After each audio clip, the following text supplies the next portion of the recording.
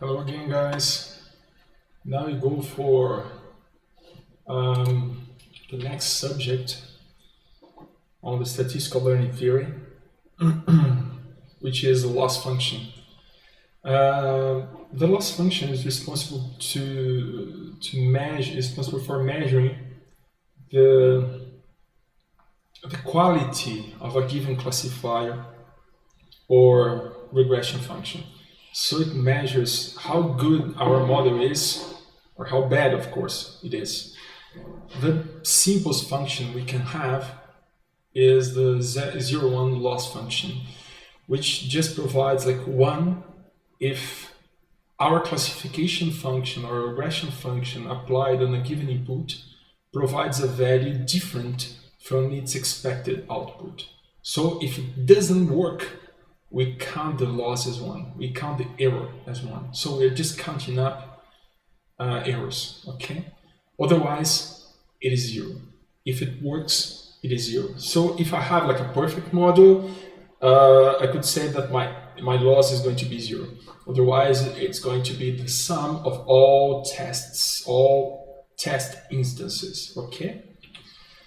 Of course, there are other functions. If we consider which most probably the most famous function is the squared error function. And the squared error function is computed like this. I take what I expected for that particular input instance. I apply the classification function or the regression function on x, on my input, and what I expect minus what I obtained using f of x powered to 2 turns out to be my squared error function. This is very useful when we want to obtain, for example, some sort of convex error function. It's quite useful in that sense. But the point here is not about discussing convexity or non-convexity. It doesn't matter that for now. What matters is we can have different loss functions. We can compute the error in one way or in a different way, okay? Or even in other ways you guys can imagine, no problem for now. Then we're going to discuss later the properties, some necessary properties on those loss functions. But for now, it doesn't matter. What matters is we have to compute the quality of a given classification or regression function. Okay. While the loss function measures the error, okay, of a given classification function f for an individual input x, for some input, the risk or expected risk, this is very important. One of the most important concepts we have in the statistical learning theory, which is the risk, aka expected risk. The expected risk is the expected risk we have, or the expected loss we have for every possible input x, given the expected outputs in y when we apply our classification or regression function f.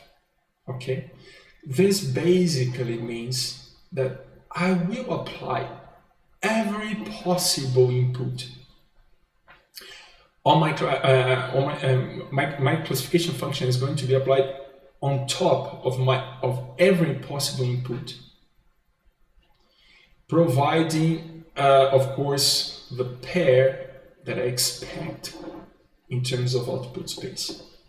Then the expected value turns out to be the loss given the whole joint probability distribution P.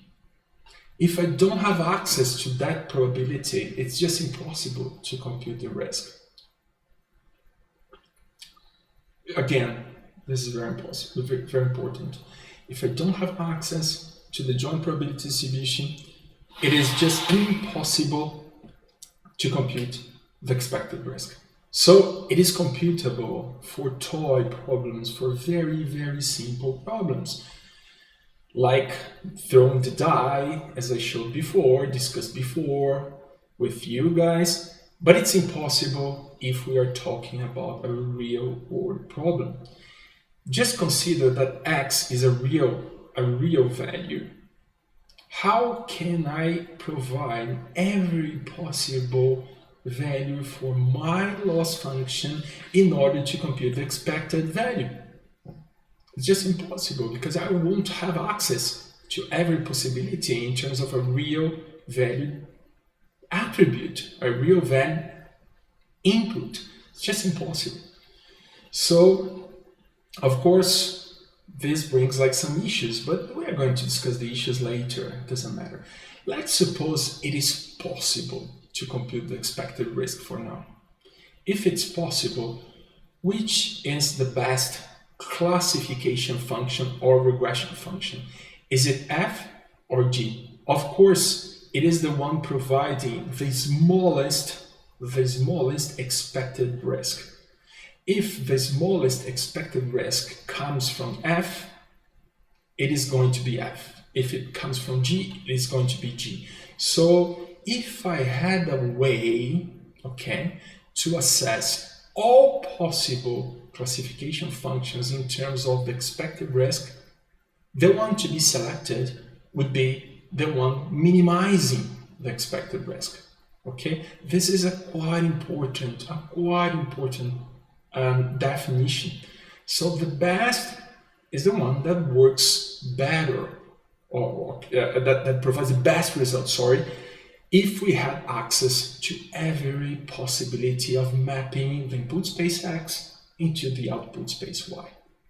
That's simple to understand. It's simple to visualize. Of course, that is a problem because we don't have access to this joint probability distribution X, Y. Okay. So the classifier with the lowest risk according to the joint probability distribution is the best. Okay. The problem is that we cannot compute the expected risk, as I mentioned before. So we assumed no previous knowledge about the joint probability distribution P. Once we assumed no previous knowledge. So how can I compute the expected risk? Or how can I probably estimate the expected risk and not compute it properly, but have like some sort of estimation for it? Is it possible? That's the question to answer. To have a first estimation, we can use the empirical risk. The empirical risk is the risk given a sample. So instead of having every possibility for our problem, now we have a sample with n examples. If we have an n sample size, we can compute the risk or the loss in this way, the average risk, aka the empirical risk, or some people call training error if it is used to compute, if it's computed on top of the training sample, but sometimes it's not. So this name is not as precise as empirical risk. Okay, so it is the risk computed on a sample. It doesn't matter the sample. The sample has, in this case, n instances, n examples. I will provide the first, its expected result. I will apply the classification function or regression function and measure the loss and sum up and take the average. Okay, this is empirical risk. The question that stays is it possible to use the empirical risk to estimate the expected risk? Is it possible to take advantage of this empirical risk and find what is or which is the best classification function or regression function just using empirical risks? The answer comes with the principle of the empirical risk minimization, which is the main principle devised after the statistical learning theory. Actually, this is the most important principle coming from the statistical learning theory. That principle is going to relate the empirical risk with the expected risk. It's going to connect those. Okay? So is it possible, or are we sure that minimizing the empirical risk we obtain a good classifier? So we know it's impossible to compute the expected risk and minimize it to find the bestest possible classification function. But is it possible to do it using the empirical risk? That's a question that stays. If it's possible, I could use the empirical risk to select the best as possible classification function. You know what's interesting? A classifier, as mentioned here, may be two-way specific. This means that it overfits the training set. So it produces a very, very small or minimal as possible empirical risk. However, its expected risk could be very, very large, could be very, very impressive, actually, when compared to empirical risk. So the question that comes here is it always possible to use empirical risk to estimate the expected risk? No, it's not always possible, but sometimes it is. Under certain conditions, it is. And those conditions define the principle of empirical risk minimization. That's important.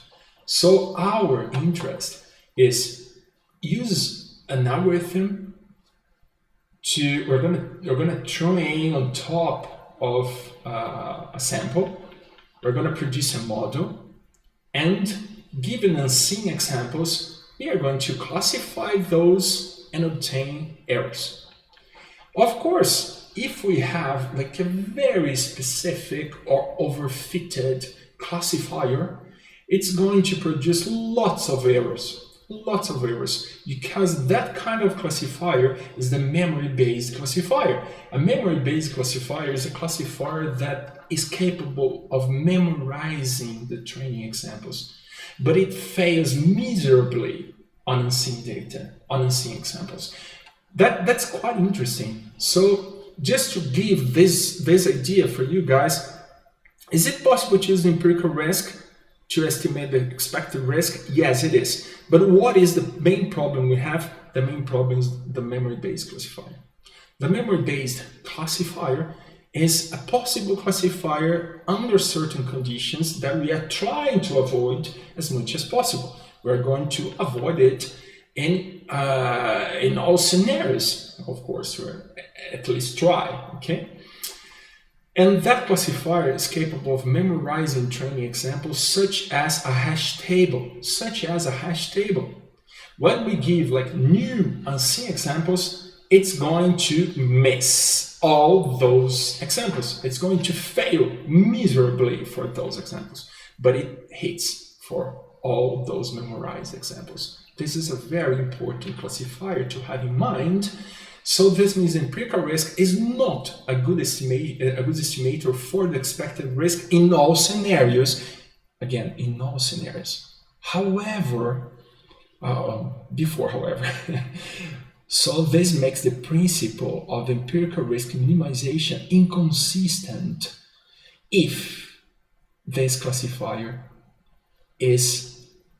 belongs to our algorithm bias, to the space of the admissible functions, to our bias.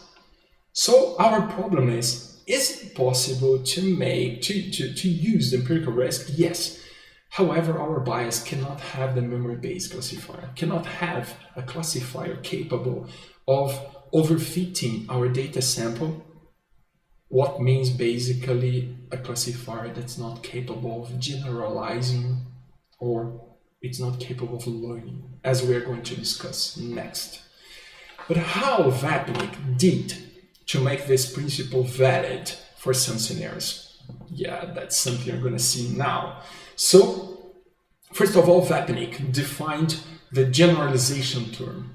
The generalization is the difference, the absolute difference of the expected risk minus the empirical risk. This basically means that if I compute my empirical risk on a given sample, let's say my risk is like 0.1, 0.1, and my expected risk Let's say it's possible to compute it. Let's say we have a toy, a very naive example, and it's also 0.1. The difference is going to be 0.1 minus 0.1 in absolute. It's going to be 0. The closer we are to 0, the more we generalize. The closer we are to 0, the more we generalize. When generalization does not happen, for example, if we have a model that overfits our data sample, so the empirical risk is going to be very close to 0 in our training sample, for example. However, if we receive an infinite number of examples, it's going to be very high, a very large number. So the difference in absolute is going to be a very large number. That means generalization didn't happen, okay? So the objective here is to have the empirical risk as a fair estimation for the expected risk, as you guys may notice. When the empirical risk is a good estimator, for the expected risk, this difference is going to be close to 0. If it's going to be close to 0, it generalizes. Okay? That's the point behind. Therefore, a classifier with good generalization is the one whose empirical risk is a good estimator for the expected risk, as I mentioned before. In this example that you've seen before, we had like two functions, one solid line represented by a linear function and a high order polynomial function represented by this dashed line, okay, the dashed actually curve. The best is, what's going to be the best function? Now we have a way of measuring the best function in terms of the empirical risk and how it approaches the expected risk. If the empirical risk is really close to the expected risk, I know the result's good. If it's far, it doesn't generalize. If it doesn't generalize, no way, because I could be memorizing, okay? So just to getting back into this example, let's say for this f of x, I have like an error or a loss or an empirical risk equals to 0.1 for my training sample. And if I receive more data, and test it on top of unseen data, the risk is somehow close to 0.1. 0.1 in my sample and 0.1 in unexpected unseen data turns out to be a difference equals to 0. So it somehow generalizes this f of x. G of x behaves very well in my training sample, providing error equals 0. But what happens if I receive more data? Let's suppose it fails like miserably. The expected risk is going to be very high.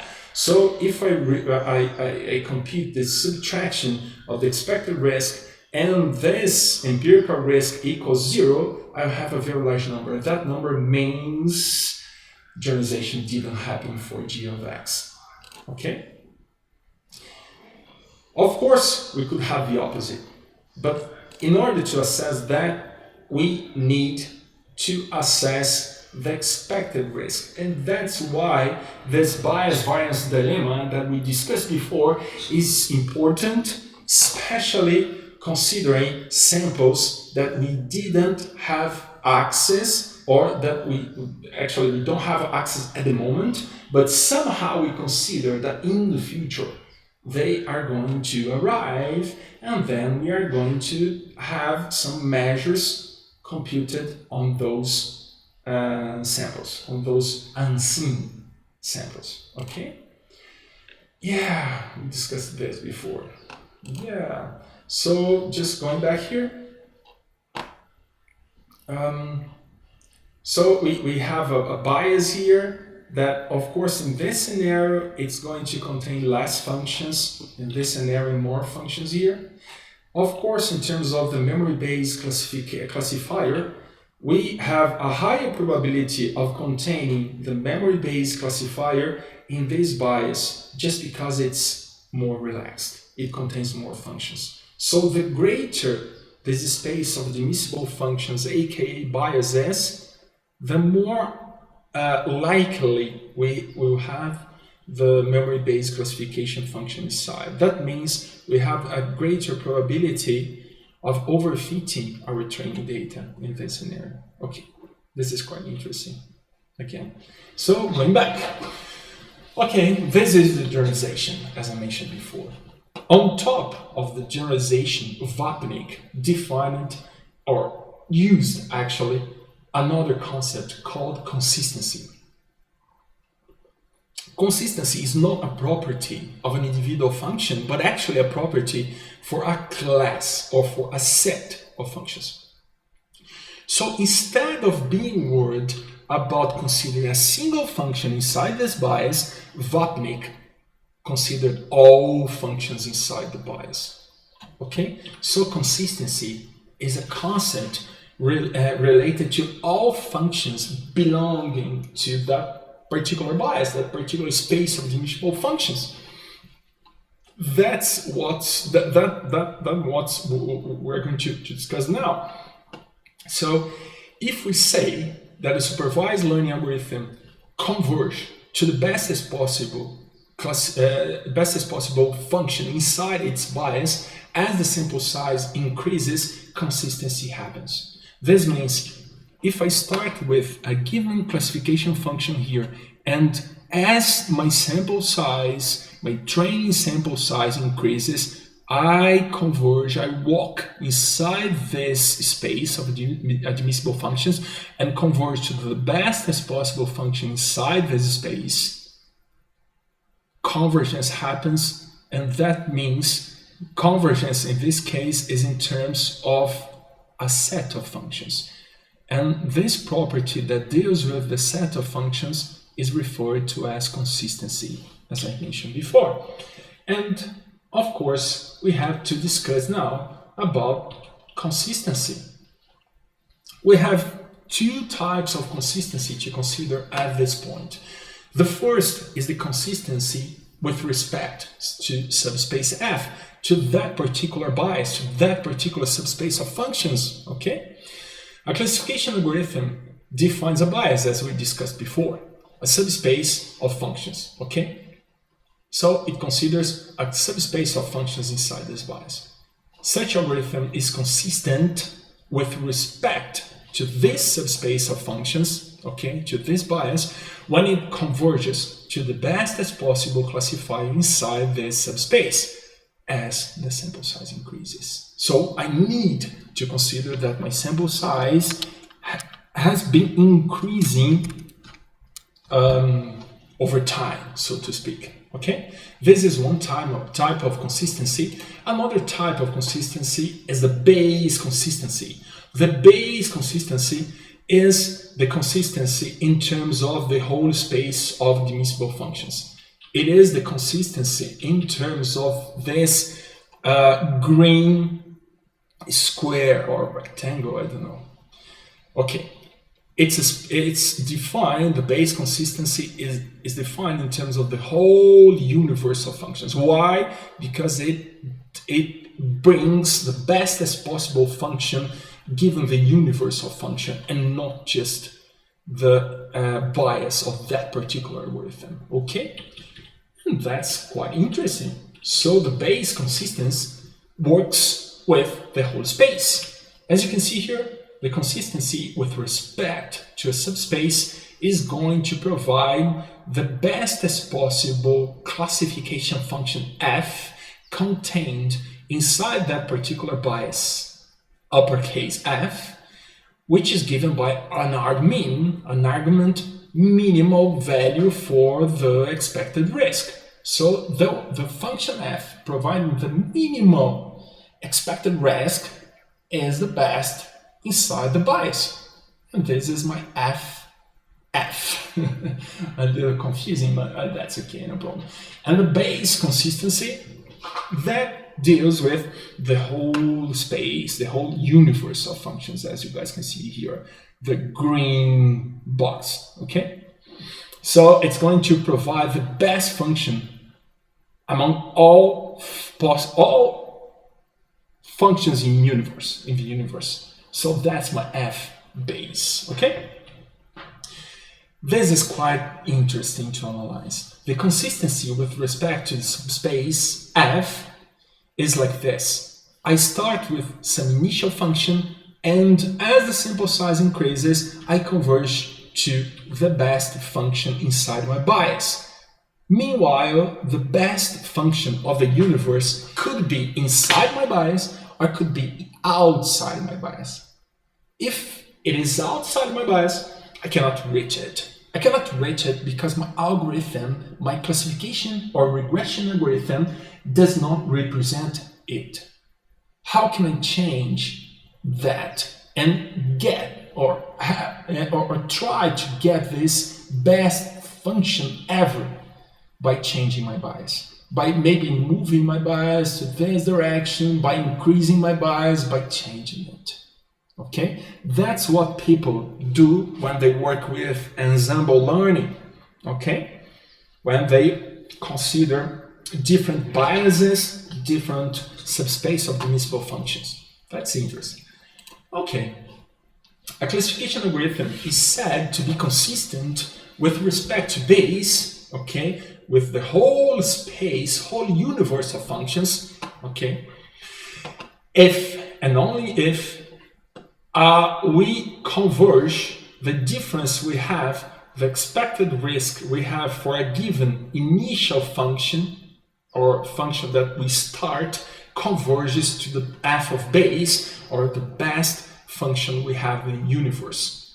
So if the probability of this divergence being greater than a given divergence, epsilon, of course this epsilon should be like quite small number, like 0.001, for example, or 0.0001, doesn't matter, like 10 to minus 4, 10 to minus 7, could be a quite small number. So this is measuring somehow what is the probability of being far of my classification function as my sample size increases and tends to infinity, how far I am my classification function f of n is from the f of base. Okay, this is called the consistency with respect to base. And the consistency with respect to a given space or bias, a space of admissible functions f, is represented like this. It is the difference from the risk, the expected risk of my classification function, like initial classification function, and as my sample size increases and tends to infinity, I should approach the best as possible classifier inside that particular space, which is my FF. Okay? You might ask if it's possible to have like a negative number here because this epsilon is positive. It's not possible, okay? Why? Because the best function inside my bias will have an expected risk that is, of course, smaller than some initial function. So if it's smaller, something that's greater minus something that's smaller, and both being positive, being error measurements, this is going to be a positive number. In the limit, of course, at the limit, this is going to be equal because maybe I have the best, I was walking on that space looking for the best as possible function and I found it. So my expected risk is going to be the same here and here because this f of n is going to be my best function inside the bias, okay, inside my algorithm bias. When I talk about consistency, I'm talking about this, about something that happens for a class of functions, for a set of several functions when n tends to infinity, okay? So we say that a classification algorithm is universally consistent, and this is the most important concept for the statistical learning theory.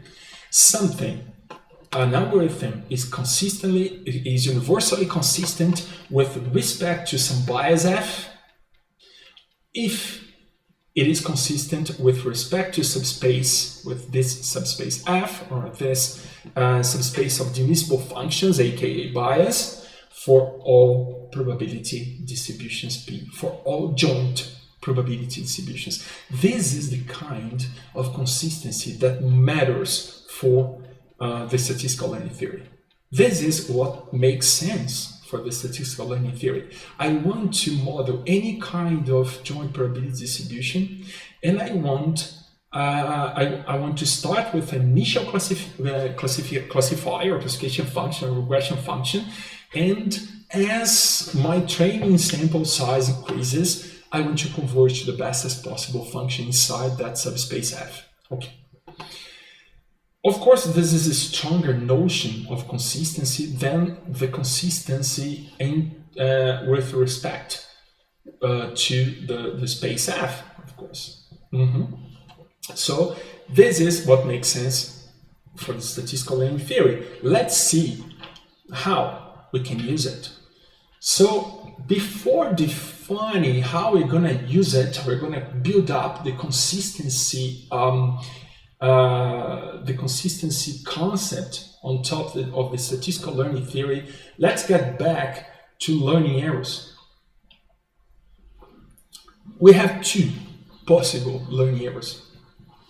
One that measures from some initial classification function to the best as possible contained in this bias and the algorithm bias, and of course a difference that we have from the best as possible classification function inside the bias and the best as possible given the whole universe of classification functions. This is called the summation error. Summation error is always related to how far my solution is from the best as possible solution inside my bias, inside the bias of the algorithm. And there is the approximation error. The approximation error measures how far my best function inside my bias is from the best as possible function in the whole universe.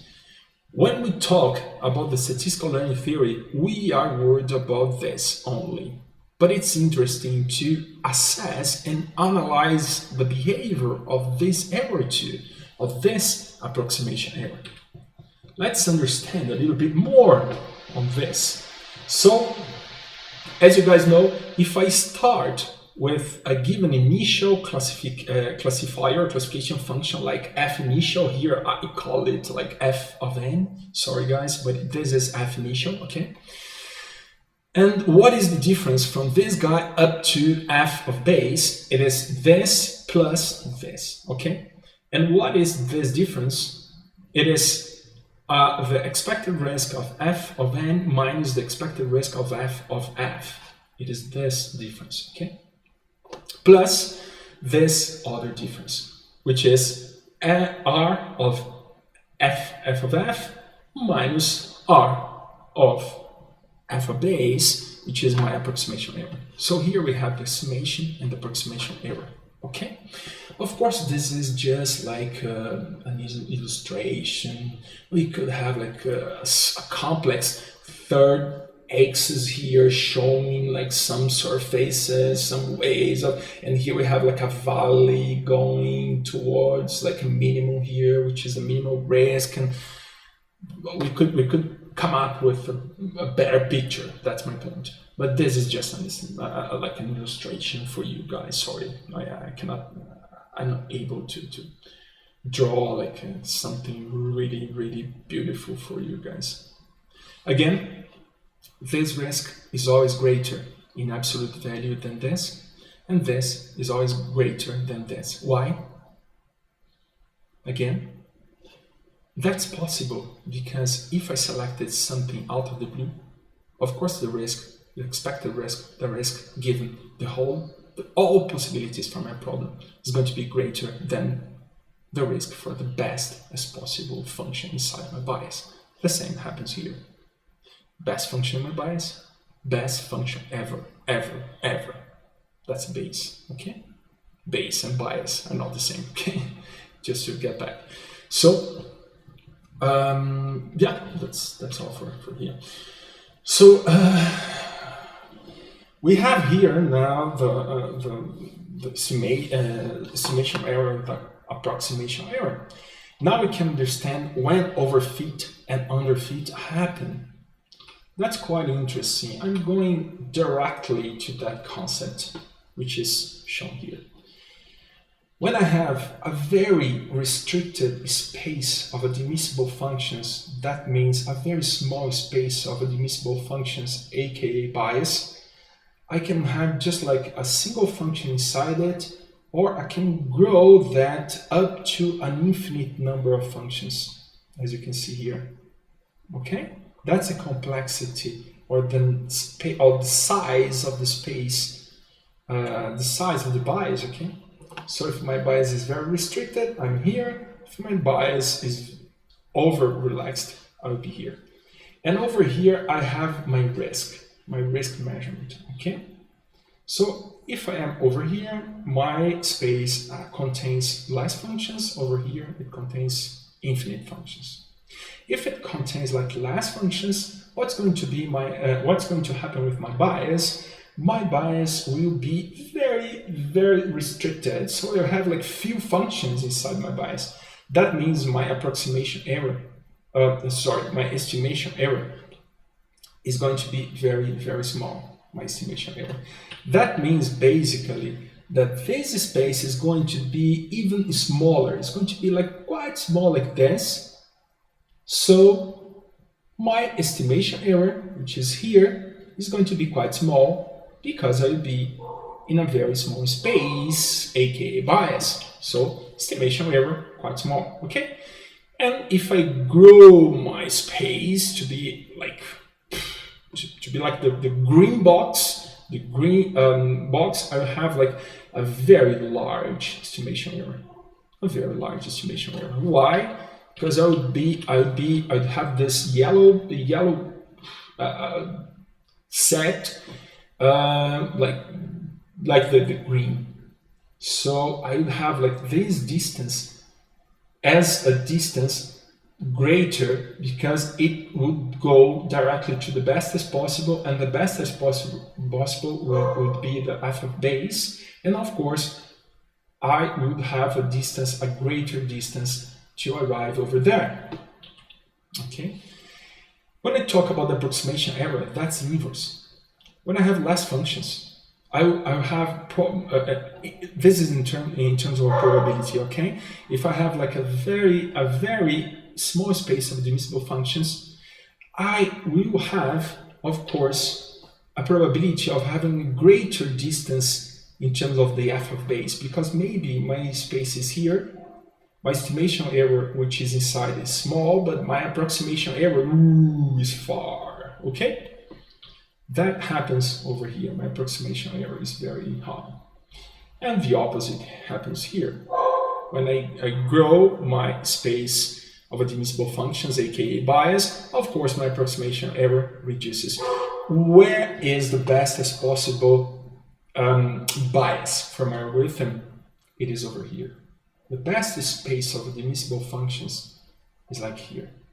When I have a balance in between the approximation and the estimation error. Can I find it? Yes. Can I adapt my algorithm in order to find this point? Yes, I can. Yes, I can. That's the best.